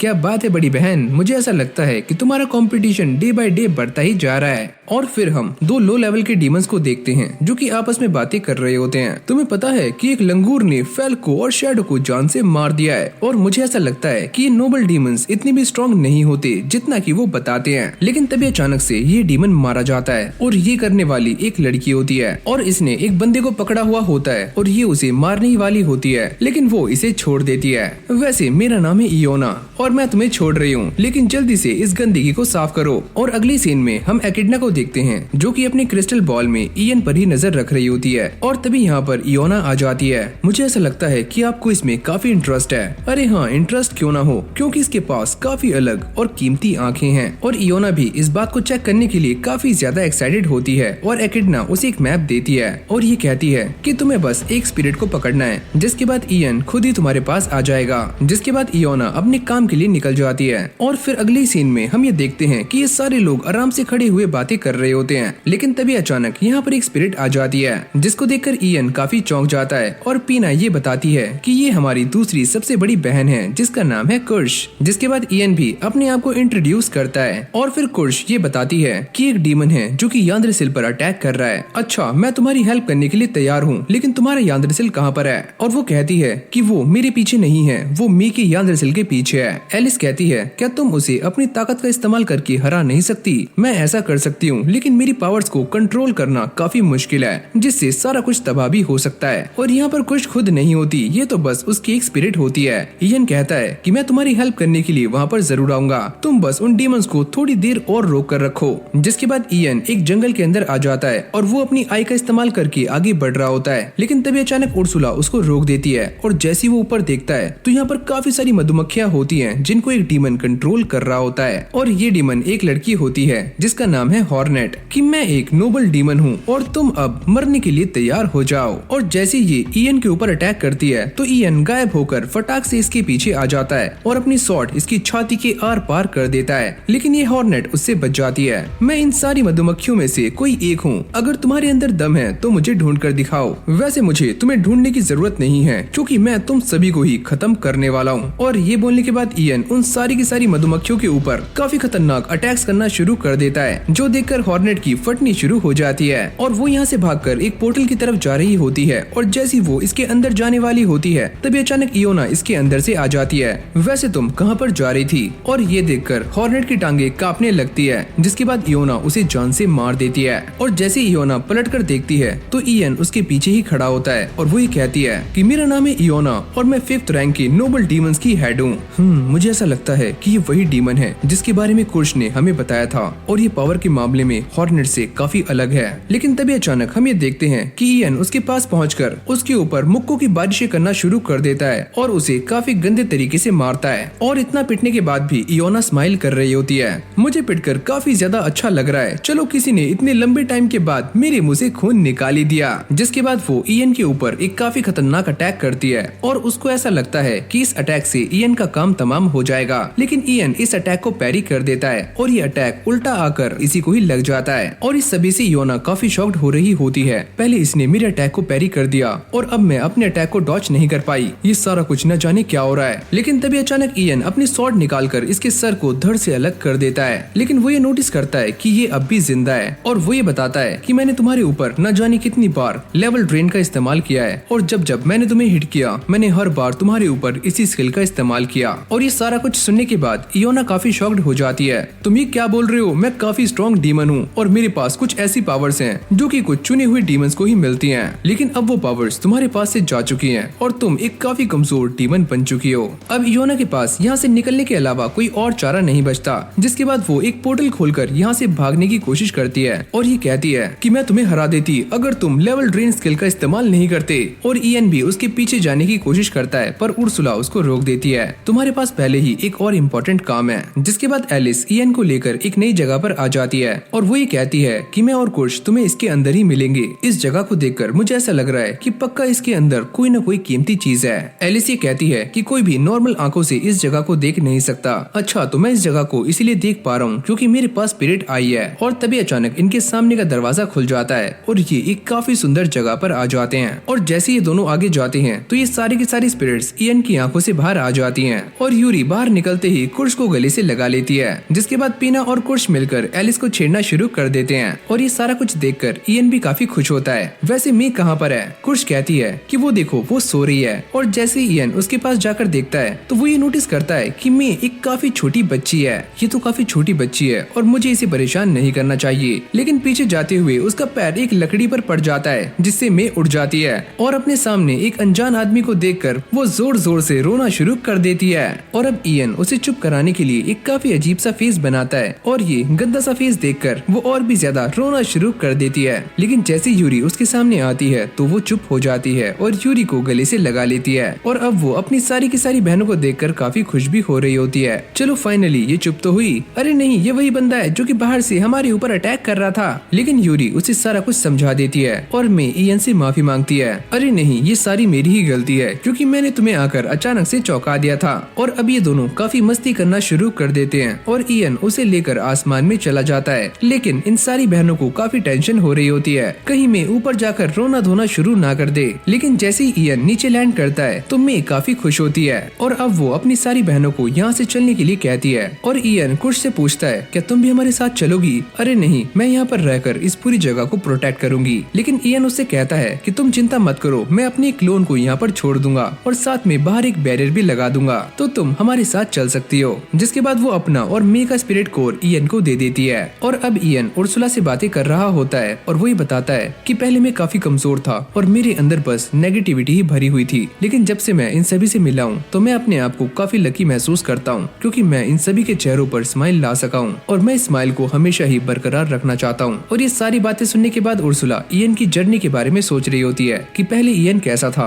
और अब वो एक कैसा इंसान बन चुका है और ये सोचने के बाद वो काफी इमोशनल हो जाती है। जिसके बाद वो इन दोनों ही स्पिरिट कोर्स को ईयन की आंख में डाल देती है जिसके बाद ईयन का दोबारा से लेवल अप हो जाता है और अब वो किसी का भी ऑरा देख सकता है। कुर्स कहती है कि तुम इस पावर का इस्तेमाल करके किसी भी चीज को गायब कर सकते हो, लेकिन इसके साइड इफेक्ट्स काफी ज्यादा हैं और मुझे इसके बारे में इतना ही पता है। और अब मैं अपनी पावर्स का नमूना दिखाना शुरू करती है जिससे वो काफी आराम से पेड़ों को कंट्रोल कर सकती है और ये देखकर ईयन काफी शॉक्ड हो जाता है। मैं इस पावर का काफी अच्छे से इस्तेमाल कर सकता हूँ। जिसके बाद उर्सुला ईयन को ये बताती है कि हाई रैंक के डीमंस अपना ऑरा कंट्रोल कर सकते हैं और वो ये कहती है कि तुम्हारे पास जो सेक्रेट सॉर्ड है, अगर उससे तुम किसी डीमन को मारते हो तो उसका ऑरा तुम्हारी सॉर्ड के अंदर आ जाता है। और ये सारी बातें सुनकर ईयन काफी खुश होता है और ये सॉर्ड भी उसको उर्सुला ने ही दी होती है। और दूसरी तरफ हम ये देखते हैं कि सारे के सारे डीमंस ईयन को मारने का प्लान बना रहे होते हैं और अगले सीन में हम ये देखते हैं कि ये सारे के सारे निगन की कासल में शिफ्ट हो चुके हैं और यहाँ पर ये सारे साफ सफाई में लग जाते हैं और अलग अलग टीम बनाकर यहाँ की सफाई कर रहे होते हैं। और जब ईयन अपना काम धाम निपटाकर बाकी सभी की हेल्प करने के लिए जा रहा होता है तो वो अपने सामने यूरी को देखता है जो कि दिखने में काफी सुंदर लग रही होती है। अरे क्या हुआ ईयन, क्या तुमने अपना सारा काम खत्म कर लिया?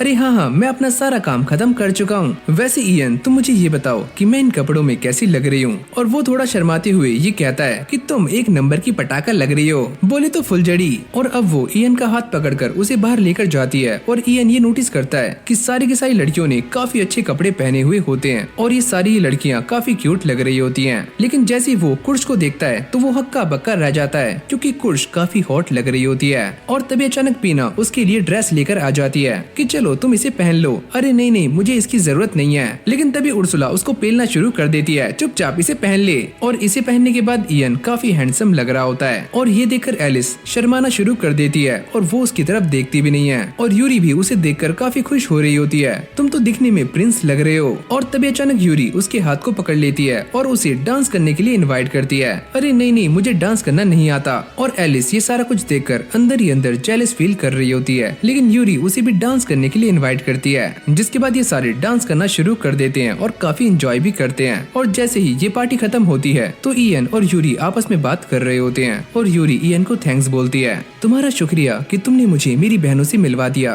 तुम चिंता मत करो, मैं तुम्हें तुम्हारी बाकी बहनों से भी मिलवा दूंगा। और यूरी खुश होकर कहती है कि ये दिन मेरी लाइफ का काफी बेस्ट दिन है, तो चलो मैं प्रॉमिस करता हूँ कि मैं तुम्हारे लिए हमेशा ही ऐसे दिन बरकरार रखूं। और इसी के साथ हमारी इस एनिमे का सीजन 1 यहीं पर एंड हो जाता है। अगर आपको ये वाली वीडियो अच्छी लगी हो तो वीडियो को लाइक करके चैनल को सब्सक्राइब करना मत भूलना। बाकी मैं मिलता हूँ आपसे एक और न्यू वीडियो के साथ, तब तक के लिए कीप वॉचिंग एनी सोल।